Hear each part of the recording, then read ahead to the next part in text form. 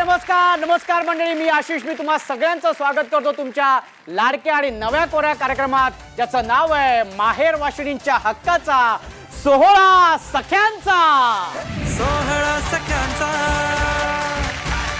सोहळा सख्यांचा, हो हो हो, सोहळा सख्यांचा. तर मंडळी, आज आपण जिथे आलोय तिथे अनेक कुटुंब मिळून एक मोठं कुटुंब बनतं. मुंबईची खरी ओळख चाकरमान्यांची हक्काची वास्तू म्हणजे चाळ संस्कृती. 100 वर्ष जुनी असली तरी मोठमोठ्या टोलेजंग इमारतीसमोर अगदी दिमाखात उभी आहे मुंबईतील वरळी भागात ही बीडीडी चाळ. पहिला खेळ खेळायला सगळ्या तयार आहेत? नक्की. चला तर मग, आणि आपला पहिला खेळ आहे, खेळ खेळूया खुल्लम खुल्ला.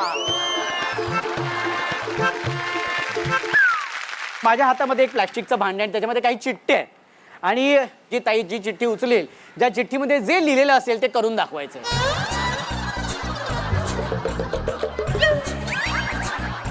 पहिली चिठ्ठी उचलणार आहेत ह्या ताई. हा थांबा, मी उघडणार. हा, आणि ह्याच्यामध्ये आलंय जो विमान. हे रिअल मध्ये मी कधी पाहिलंच नव्हतं. तर सांताक्रूजला जे गार्डन आहे तिथे ते विमानाचं एक स्टॅच्यू आहे बघा. तर आमचं लग्न झालं, नवीन फिरायला गेलो, तर माझ्या नवऱ्याने मला असं सांगितलं की आपण विमानाने पुण्याला जायचंय. तर मला बोलले एक काम करते, तिथे विमान दिसतंय ना त्यामध्ये जा आणि तू जागा धरून बस. मी वरती चढली, विमानात चढते, म्हटलं अरे विमानाच्या पायऱ्या सिमेंटच्या कशा काय असू शकतात. वरती गेली, बघितलं, समोरून वाकून बघते तर तिकडून आरपार सगळं दिसतंय. हे मला बोलले झालं, बसलो, चला पुण्याला गेलो, उतरा आता खाली.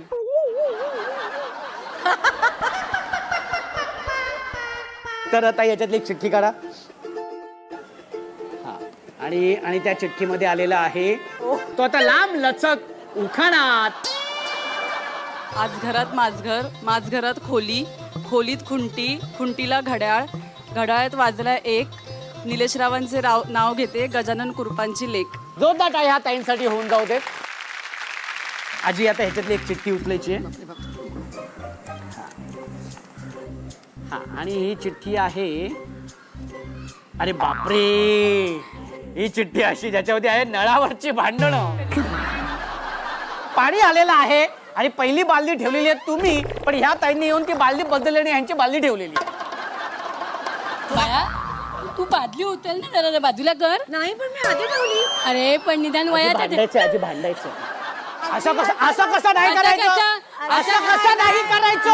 नाही, पहिली बादली मी ठेवली होती. नाही तुम्ही ह्यांच्या भांडणात पाणी वाहून चाललंय सगळं. पाणी वाहून गेलं नळ तरी बंद करू द्या मला. नाही, पाणी वाहून गेलं तरी चालेल. आजी आता भडकली, आजी आता रागवली, एकदा जोरदार काय आजींसाठी होऊन जाऊ देत. आणि आता आपण वळणार आहोत या ताईंकडे. हा, ताई उचलायची चिठ्ठी. अभिनय. हा, आता ह्याच्यामध्ये तुम्हाला एक वाक्य असं देणार आहे, 3 शिट्ट्या झाल्या की गॅस बंद करा.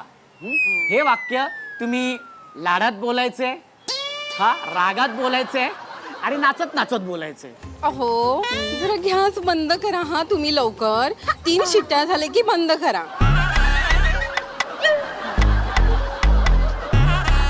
आणि आता रागात. हा, मी तुम्हाला सांगितलं होतं ना 3 शिट्ट्या झाल्यावर गॅस बंद करा. का नाही केलात? बघा 5-6 शिट्ट्या झाल्या, आता भाताला लागला असेल खाली. हा, सांगितलेलं ना मी तुम्हाला. हे सगळं घरात जे घडतंय ना ते सगळं इथे बाहेर पडतंय. आणि आता नाचत नाचत बोलायचं. मी तुम्हाला गॅस बंद करायला सांगितलेलं ना, तुम्ही नाही केलात ना. थांबा, आता तुम्हाला दाखवतेस मी. हो, क्या बात आहे. आणि ताई, तुम्हाला ही शेवटची चिठ्ठी हा मीच उचलतो, आणि त्याच्यामध्ये काय आहे बघा. हा, बापरे, त्यांना आलेलं आहे नृत्य सादर करण्यासाठी. प्लीज एखादं गाणं लावा. गोम संगतीनं माझ्या तू येशील काय, माझ्या फिरतेची राणी तू होशील काय. गोम संगतीनं माझ्या तू येशील काय.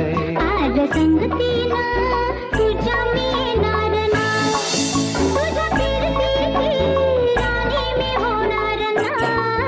गोम संगतीनं माझ्या माझ्या तू येशील काय गो संगतीनं माझ्या तू येशील काय. त्या बात एकदा जोरदार टाळ्या झाल्या पाहिजेत.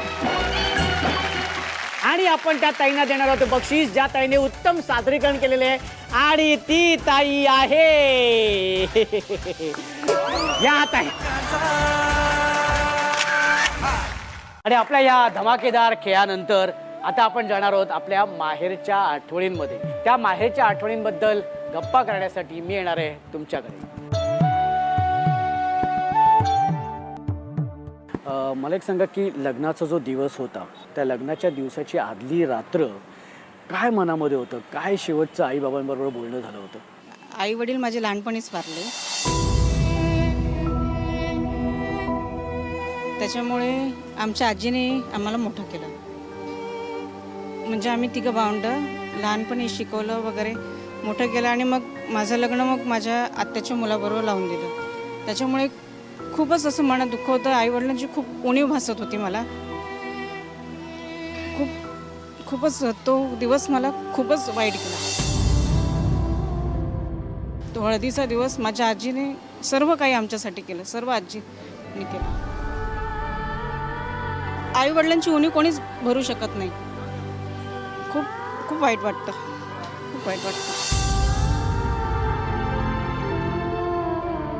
आई वडील लहानपणीच ॲक्सिडेंटने मारले. मी फक्त 5 वर्षाची होती आणि माझ्या पाठी ते माझे भावंड होती.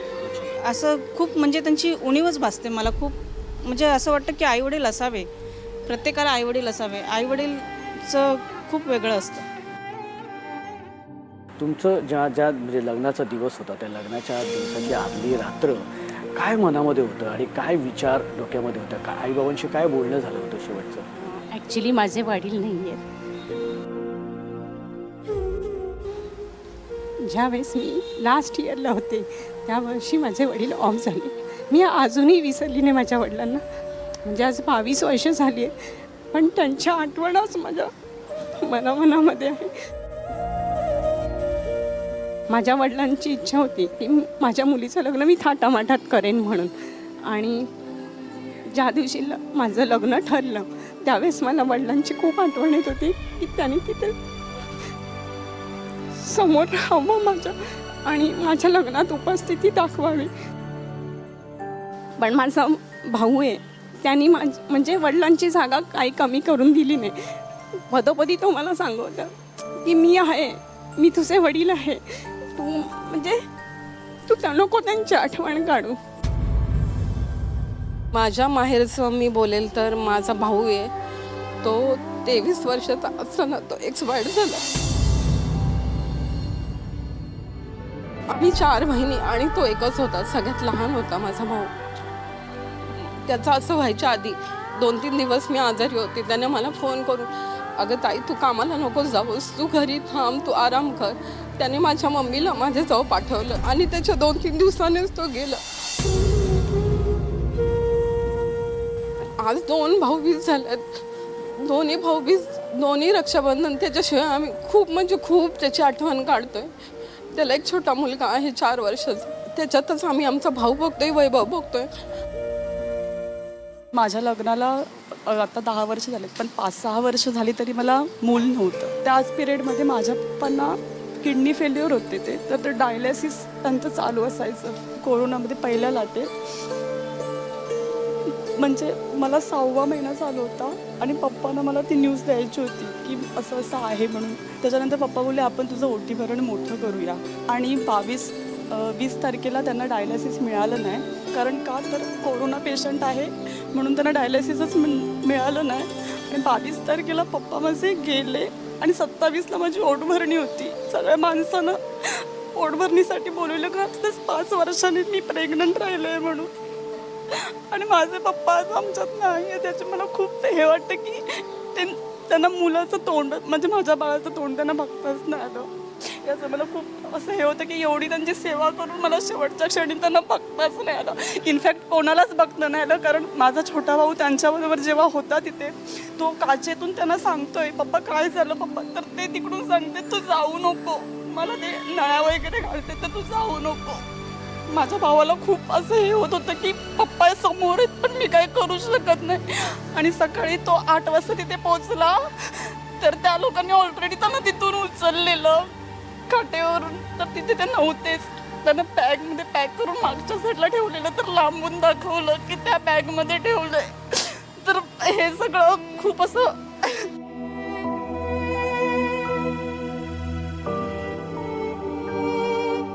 माहेरच्या आठवणी हा भाग आपला खरंच खूप भावूक असतो आणि त्यामुळे सगळ्या ताईंच्या डोळ्यांमध्ये पाणी असतं. पण आता त्याच सगळ्या ताईंच्या चेहऱ्यावरती हास्य आणण्याचं काम ह्या भावाचं आहे. त्यामुळे आपण वळणार आहोत आपल्या पुढच्या खेळाकडे. आणि आता सुरू करूया आपला हा धमाकेदार खेळ ज्याचं नाव आहे संगीत अभिनय नृत्य खुर्ची. संगीत सुरू झाल्यानंतर कंपल्सरी सगळ्या ताईंनी नाचायचंय. ठीक आहे. आणि जी ताई उत्तम नाचेल तिला सुद्धा आम्ही बक्षीस देणार आहोत. आणि त्यासाठी म्युझिक प्लीज. फिर नखरे है कमाल, उम्र है 16 साल, उछल उछल के चलना यूं कहीं लचक जाए ना कमर संभाल. हे पोरी जरा हळू हळू हळू हळू चाल. हे पोरी जरा हा हा हा आता बसा. हा आता बघूया.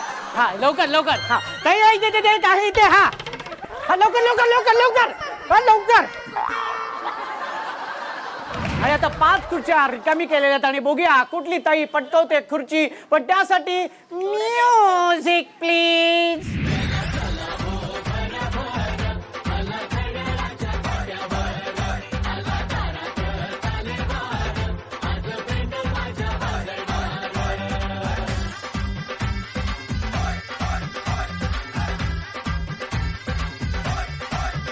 अशा गोड गोजिरीला साजीला पाहिजे. अशा गोड गोजिरीला साजीला पाहिजे. तिला मॅचिंग मॅचिंग मॅचिंग मॅचिंग नवरा पाहिजे. तिला मॅचिंग मॅचिंग मॅचिंग मॅचिंग नवरा पाहिजे. जरा केअरिंग पाहिजे जरा डेअरिंग. Very good. पटकन पटकन बसून घ्या. हा हा लवकर. ताई तिकडे आहे. 2 खुर्च्या रिकामी केलेल्या आहेत आणि आता बघूया कुठली ताई पटकवते खुर्ची. पण त्यासाठी म्युझिक प्लीज. Music please. हा प्लीज म्युझिक. छबी नारी छबी मी तोऱ्यात उभी हजारानं लाईक्स माझ्या डीपीला. छबी नारी छबी मी तोऱ्यात उभी पोर मग मग माझ्या डीपीला.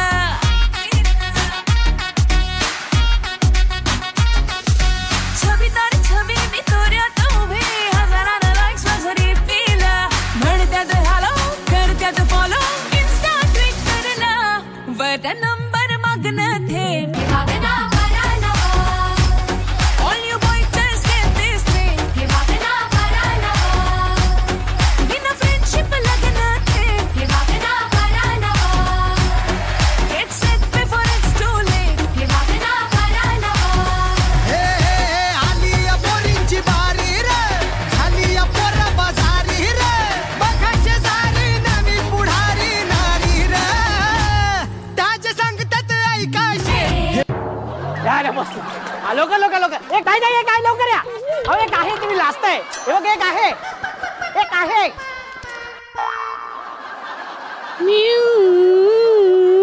Music please. अरे बापरे.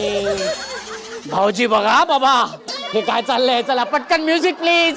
माझे वांगडा चल नको, मेरे साथ चल नको. मी मुंबई से खाली तुझे लेने को आयलो. मी मुंबई से खाली तुझे लेने को आयलो.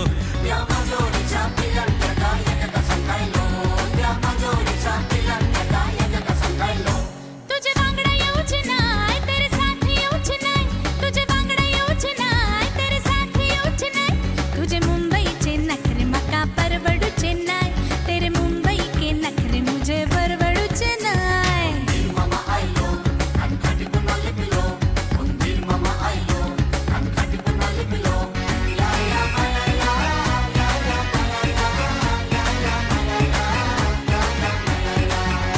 मेरी मुंबई में जैसे जमी पर है सितारे. हा पटकन पटकन बाजूला. पटकन बाजूला.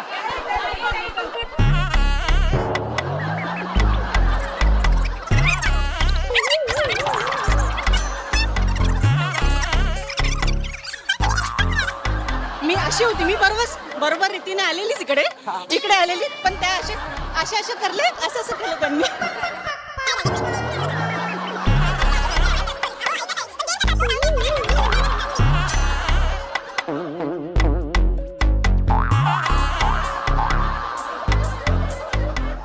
आणि आपल्या या संगीत अभिनय नृत्य खुर्चीमध्ये ज्या ताईंनी उत्तम प्रकारे नृत्य केलेले आहेत अगदी बिंदासपणे, त्यांना आपण देणार आहोत खास सन मराठी वाहिनीकडून हे बक्षीस. ताई हे घ्या. आणि हा कप सोहळा सख्यांचा ज्या ताईने खुर्ची पटकवली आहे शेवटची, तिला मिळते बक्षीस. एकदा जोरदार टाळ्या होऊन जाऊ दे. सोहळा सख्यांचा वा वा वा, मस्त. संगीत अभिनय नृत्य खुर्चीमध्ये ज्या काय सगळ्या ताया नाचल्यात, आ हा हा, मजा आली. आणि अशीच मजा माहेरी आल्यानंतर येत असते, हो की नाही? हा, पण कधी कधी काय होतं ताईंनो, की आपल्याच जवळची आपल्याच हक्काची जी व्यक्ती असते ना, ती कधी कधी ना आपल्यावरती रागवते, रुसते. आणि तो राग इतका मनामध्ये असतो ना की तो अबोला निर्माण होतो. तो अबोला इतका वेळ राहतो ना की बरीच वर्ष ते नातं दुरावलं जातं. आणि आपल्या चुकबुल द्यावी घ्यावी या भागामध्ये हेच नातं आपण जवळ आणण्याचा प्रयत्न करत असतो. आज आपल्या या सगळ्या तायांमध्ये अशी एक ताई आहे की जिला सुद्धा एक अबोला दूर करायचा आहे. तो अबोला कोणाबरोबर आहे, कशामुळे आहे, हे आपण त्या ताईंकडूनच जाणून घेऊया. आणि त्यासाठी मी त्या ताईने इथे आमंत्रित करतो. या ताई. ताई, तुमचं नाव सांगा. माझं नाव शीतल शैलेश महाडिक. किती वर्ष हा अबोला आणि कोणाबरोबर आहे? माझा हा 12 वर्ष अबोला आहे. माझी चुलत बहीण आणि भावांबरोबर. अच्छा. माझी आत्या आहे, माझी चुलती आहे. कोणीच बोलत नाही माझ्या बरोबर. पण काय म्हणजे कारण काय त्यासाठी? कारण इंटरकास्ट मॅरेज. 12 वर्षापासून हा अबोला आहे. हो. अच्छा. पण हा अबोला तुम्ही स्वतःहून कधी दूर करण्याचा प्रयत्न केला? भरपूर वेळा मी त्यांच्याशी खूप बोलायचा पण प्रयत्न करते. कुठले फंक्शनमध्ये आम्ही गेलो, एकत्र आम्ही आलो, ते स्वतः बघून बोलायचा प्रयत्न करत नाही. मला खूप मनात दुःख वाटतो. आम्ही लहानपणीमध्ये बहिणी एकत्र खेळलो, राहिलो, आम्ही एकमेकांचे कपडे घातले, आम्ही खूप मजा केली. आणि आज जे मी इंटरकास्ट लग्न केले त्याचे झाल्यापासून ते माझ्याशी अजिबात बोलायला मागत नाही. मी त्या लोकांना हाय पाठवतो, त्या लोकांनी मला ब्लॉक केले. कारण त्यांना माझा डीपी बघायला नको. कारण माझा डीपी मध्ये त्यांना टिकल्या दिसतात. मी काहीच काय आहे ते त्यांचे मुलं विचारतात, हे असे काय लावले, तसे काय लावले. मग ते सगळं मला ब्लॉक करून टाकले. माझे मिस्टरने सांगितले सगळ्यांना मान सन्मान द्यायचा. ते बोलू दे की नको बोलू दे, तू तुझा काम करत जा. आजकाल तो कास्ट, मी तो बोलते कास्ट कशाला लोक घेऊन बसतात. हे सगळं आपण एकच आहे. मी सगळ्यांना हेच बोलते, कास्ट बीस काहीच नाही, सगळ्यांनी आपलं एकत्र राहावं येऊन. पण आज समजा ते समोर आहेत, उभे आहेत, आणि त्यांना तुम्हाला काही सांगायचं, इतक्या 12 वर्षात बरंच सगळं सांगायचं आहे, त्यांना काय सांगाल तुम्ही? मी पहिले त्यांची माफी मागणार आणि त्यांना सांगणार झाली ते माझ्याकडनं चूक नव्हती. पण मी जे माझ्यासाठी जे केले, मी माझ्या भविष्यासाठी खूप चांगलं केले. मी जे लव्ह मॅरेज केले ते मी आज खूप सरस आहे माझ्या लाईफमध्ये. फक्त तुम्ही मला माफ करा आणि माझ्याशी बोला. माझी एक बहीण होती, ती माझे दुःख दर्द भरपूर शेअर करायची. ते लोकांना पण ती सांगायची माझी बहिणी जाऊ दे, त्याने केले लग्न, त्यांच्याशी बोला. लेकिन ते लोक त्याच्या पण ऐकले. आणि आज ती बहीण माझी ती वारली, जी होती मध्ये त्यांना आणि माझा संवाद करून द्यायची. आज या दुनियात ती पण नाही राहिली. ती आता जूनमध्ये ती वारली. ती पण आता मला वाटत नाही की आता काय ते बोलणार माझ्याशी. हरकत नाही ताई. तर ताई, मला असं वाटतं की खरंच हा भाग बघितल्यानंतर तुमचा भाऊ किंवा तुमची बहीण किंवा तुमच्या घरातले सगळेच व्यक्ती माहेरच्या ह्या तुमच्याशी नक्की बोलायला येतील. पण ताई, तुम्ही माहेरी आलेले आहेत, तर माहेरी आल्यानंतर हा भाऊ तुमची ओटी भरल्याशिवाय तुम्हाला पाठवणार नाही. पण माहेराची नाही कशा कशाला गोडी, प्रसंग ओटी भराया पाठवते. माया पित्याच्या ओढीनं लागे पदर पापणीला, माहेरा येण्यासाठी. कसं वाटते ते? खूप छान वाटतं मला. माझे माहेर आले, माझे मोठी भरायला गेली आहे. असं वाटलं जे माझे भाऊ बहीण माझ्याशी बोलत नाही ते आज ते सगळं स्वप्न पूर्ण झाले. माझे भाऊ सारखे ते माझी ओटी भरले, मला आई आईसारखे मला मान दिले, मला एवढी ओटी भरून. थोडंसं छान वाटतं खूप छान वाटतं मला खूप. एक छान स्माइल दे बघू. मी सगळं आता विसरले. मी असं वाटते मी आता सगळे ओके झाले, सगळं ठीक झालंय. माझे माहेरवासीन मी आली आहे, मला सगळं भरपूर भेटलंय मला. पण आता ओटी भरली गेलेली आहे, तर उखाणा तर हा घ्यावा लागणारच आहे की नाही? तर एखादा छानसा उखाणा. आई एकविरा मातेला सोन्याच्या साज, शैलेश रावणचं नाव घेते, 16 सख्यांचा कार्यक्रम आहे आज. हो हो. तर मंडळी, आपण आलो होतो बिडडी चाळीमध्ये, म्हणजे वरळीतील आपल्या या बिडडी चाळीमध्ये, आणि खरंच खूप छान मजा आली. चाळीतले हे वातावरण बघून, ही सगळी धमाल मजा मस्ती बघून खरंच खूप आनंद होतोय. इथून जावंसं वाटत नाहीये, पण आपल्याला आजच्या या भागापुरता थांबावं लागणार आहे, कारण संध्याकाळची वेळ झालेली आहे, दिवे लावण्याची वेळ झालेली आहे, आणि अर्थातच सन मराठी वाहिनीवरील तुमच्या सगळ्या मालिका पाहण्याची सुद्धा वेळ झालेली आहे. तेव्हा दिवा लावूया देवापाशी, उजेड पडेल मग तुळशीपाशी, माझा नमस्कार सर्व देवांपाशी. तर भेटूया पुढच्या भागात अशीच धमाल मजा मस्ती करायला तुमच्या हक्काच्या लाडक्या नव्या कोऱ्या कार्यक्रमात, ज्याचं नाव आहे माहेर वाशिणींच्या हक्काचा सोहळा सख्यांचा.